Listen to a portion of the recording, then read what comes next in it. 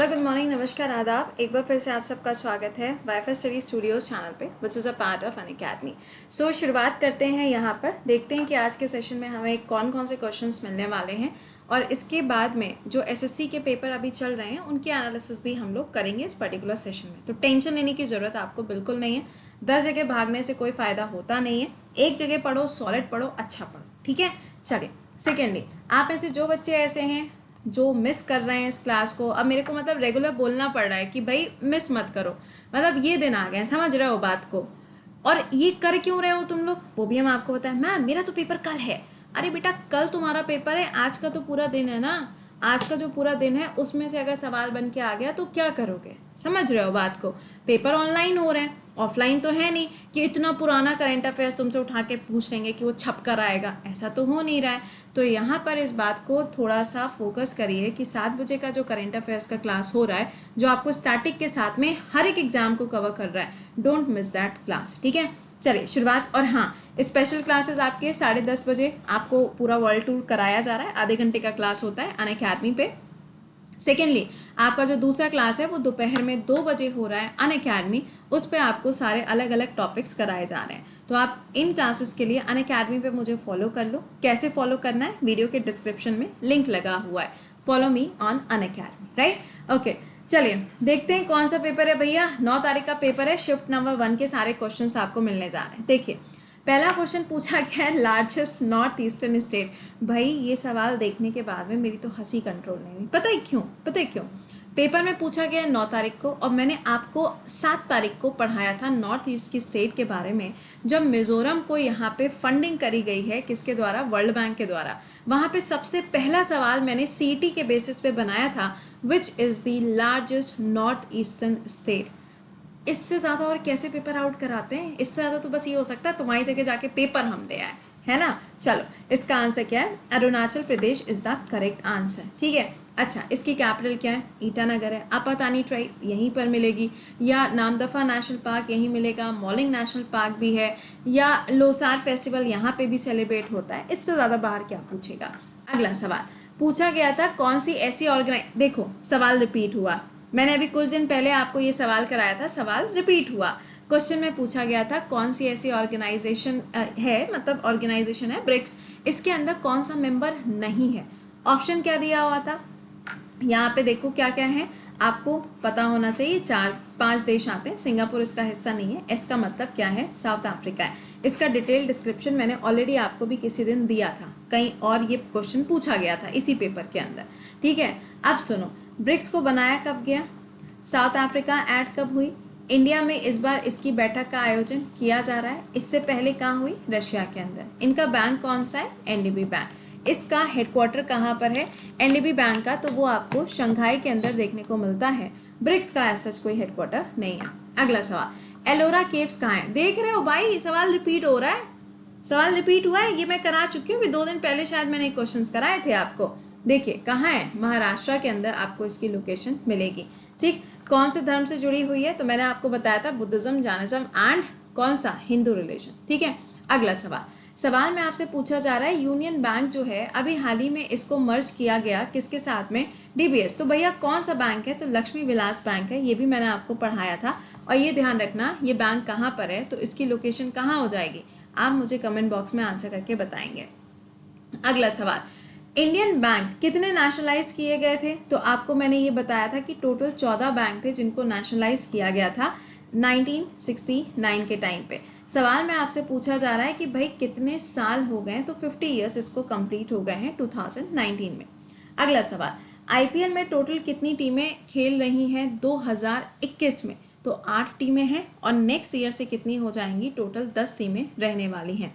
IPL अभी कहाँ पे स्टार्ट हुआ है? तो मैंने आपको वो बताया था कि सबसे पहला मैच चेन्नई के अंदर स्टार्ट किया गया है, और इम्पॉर्टेंट बात तो ये है कि इसका जो फाइनल मैच होगा वो कहाँ होगा? मोटेरा स्टेडियम के अंदर। अगला सवाल, वंदे मातरम किसके द्वारा लिखा गया है? तो बंकिम चंद्र चटर्जी जी के द्वारा इसको लिखा गया है बंगाली लैंग्वेज में। माउंट आबू, देखो सवाल वहाँ पे क्या था? सवाल का फॉर्मेशन चेंज था, यहाँ पे सवाल का फॉर्मेशन क्या है? चेंज हुआ है। क्वेश्चन का फॉर्मेट चेंज हो रहा है, इससे ज़्यादा कुछ भी नहीं हो रहा है। माउंट आबू का है, राजस्थान के अंदर है। अब राजस्थान में भी कहाँ आपको मिलेगा, तो अरावली की जो पहाड़ियाँ हैं जिसकी हाईएस्ट पीक गुरु शिखर है, वहीं पे आपको माउंट आबू मिलेगा। सेकेंड पॉइंट, अगर आपसे पूछा जाता है कि सपोज करिए अरावली से कौन सी रिवर निकलती है, तो लूनी रिवर यहाँ से निकलती है। इसके बारे में ध्यान रखना कि एक ऐसी रिवर है ना तो डेल्टा बनाएगी ना ही एस्चुरी बनाती है, ये डिसअपियर हो जाती है। ठीक है, अगला सवाल, यूनियन बैंक का मुख्यालय कहाँ पर है, तो ये मुंबई में मिलेगा। अब सुनो, सिडबी पूछा जाए, हेडक्वार्टर कहाँ है, लखनऊ के अंदर। सेबी पूछा जाए, मुंबई के अंदर। एसबीआई आएगा मुंबई के अंदर। या आपसे क्रिसिल पूछा जाए, आंसर मुंबई के अंदर। या आईसीसीआई बैंक आएगा मुंबई के अंदर, एचडीएफसी बैंक होगा मुंबई के अंदर, आरबीआई होगा मुंबई। ठीक है, तो इतने सारे मुंबई के अंदर है। कोरोना मुंबई। अगला सवाल, नेशनल इम्यूनाइजेशन डे कब सेलिब्रेट होता है, अभी 2 दिन पहले तुमको पूरा का पूरा पढ़ाए हैं। सैटरडे को मैंने स्पेशल क्लास में पूरा जितने डेज थे सब पढ़ाए थे। तभी कह रहे हैं अगर मेरे 4 क्लासेस प्रॉपरली कर रहे हो हर दिन के हिसाब से, जिसमें समय आपको सिर्फ और सिर्फ 2.5 घंटा लगता है, तो कहीं और भागने की और कुछ और एक्स्ट्रा पढ़ने की ज़रूरत नहीं है आपको। मैं ये देखो, अपनी तारीफ करना नहीं होता है, दिस इज समथिंग कि हाँ मेरे को मालूम है कि आपको कहाँ पे दिक्कत होती है। उस टॉपिक को हम डिस्कस जब करते हैं ना, तो कानों में कहीं ना कहीं वो आवाज़ घूमती रहती है, समझ रहे हो। और जब ऐसा होता है तो अपने आप हमें आंसर आने लगते हैं। अब इम्यूनाइजेशन डे देखो, मैंने आपको बताया था 16 जनवरी को पूरे भारत में मनाया गया, राइट। उसके बाद में क्या हुआ था, अभी 1 अप्रैल को हुआ, लेकिन ये पर्टिकुलर डे कब होता है, 16 मार्च को सेलिब्रेट किया जाता है। अगला, लैंड ऑफ राइजिंग सन किसे बोला जाता है। अब इंडिया के रिस्पेक्ट में पूछा जाएगा, आप बोलोगे अरुणाचल प्रदेश। अगर आपसे वर्ल्ड के रिस्पेक्ट में पूछा जाए, जापान होगा।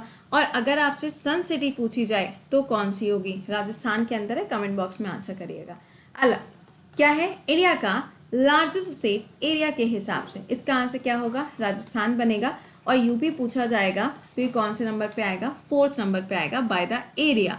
अगर कहा जाता है पॉपुलेशन के हिसाब से नंबर 1 स्टेट यूपी हो जाएगा, पॉपुलेशन डेंसिटी के हिसाब से नंबर 1 स्टेट बिहार हो जाएगा, साक्षरता के हिसाब से, लिटरेसी के हिसाब से केरला हो जाएगा, कोविड फ्री पूछा जाएगा, लक्षद्वीप हो जाएगा। ठीक है, अगला सवाल देख रहे हो, ये क्वेश्चन मैंने सब कराए हैं, ऐसे ऐसे क्वेश्चन हम लोगों ने अभी कुछ दिन पहले सॉल्व किए थे, तो इसमें भी आपको रिपीटेशन मिल रहा है। भले ही क्वेश्चन की फॉर्मेटिंग चेंज हो, लेकिन रिपीटेशन हो रहा है, जैसे रेलवे में हुआ था। अगला, इंग्लैंड ओपन 2021 विमेंस विनर कौन थी, सिंपल, कहाँ से बिलोंग करती, जापान से।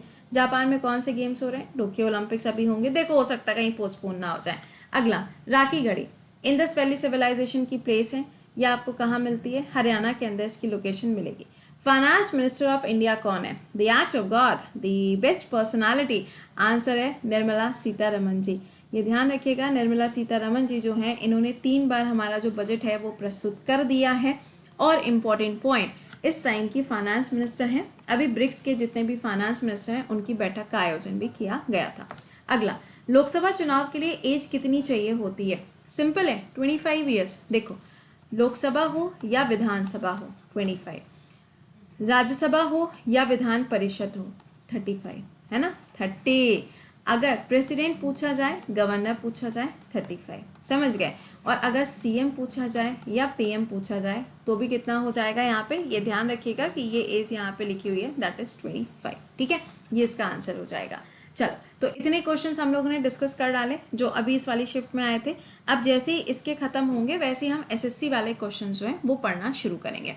इसके अलावा अगर आपको बेसिक से जीएस, मैथ, इंग्लिश और रीजनिंग पढ़नी है तो आपका नया बैच 14 तारीख से स्टार्ट होने जा रहा है, जिसका नाम है संकल्प बैच। वीडियो के डिस्क्रिप्शन में लिंक लगा है, आप उसके थ्रू क्लिक करके ज्वाइन कर सकते हो। क्लिक करोगे, पेज खुलेगा, एनरोल नाउ पूछेगा, वहाँ पे आप सेलेक्ट कर लेना 12 मंथ या 24 मंथ, जितना भी समय आपको लगता है कि आपको लगेगा पूरा तैयार करने में। इसमें आपको जीएस भी मिलेगी, मैथ भी है, इंग्लिश भी है और रीजनिंग भी। 200 से ज़्यादा एजुकेटर्स आपको मिलेंगे। एंड इम्पॉर्टेंट बात, जब आप इस बैच के लिए पे करोगे तो आपको 6000 रुपीज़ देने हैं, लेकिन 14 महीने के लिए होगा वो, समझ रहे हो। पहले क्या है, ये 12 महीने का था, लेकिन 2 महीने का एक्सटेंशन मिल रहा है। कोड क्या लगेगा, प्रति 10। मैम ईएमआई है क्या, जी हाँ, ईएमआई का ऑप्शन भी है, बट वो क्रेडिट कार्ड के थ्रू ईएमआई का ऑप्शन है। ठीक है, आप उसको कर सकते हो यहाँ पे। इसके अलावा आपका ये जो स्कॉलरशिप प्रोग्राम होता है ये कब कब होता है? तो ये आपका हर संडे को दोपहर में 12 बजे, और यूपीएससी वाला दोपहर में नहीं बल्कि सुबह 11 बजे के टाइम पर होता है। चलिए अभी मिलते हैं 7 बजे के सेशन में। टिल देन खुश रहिए, मुस्कुराते रहिए। Bye bye and take care.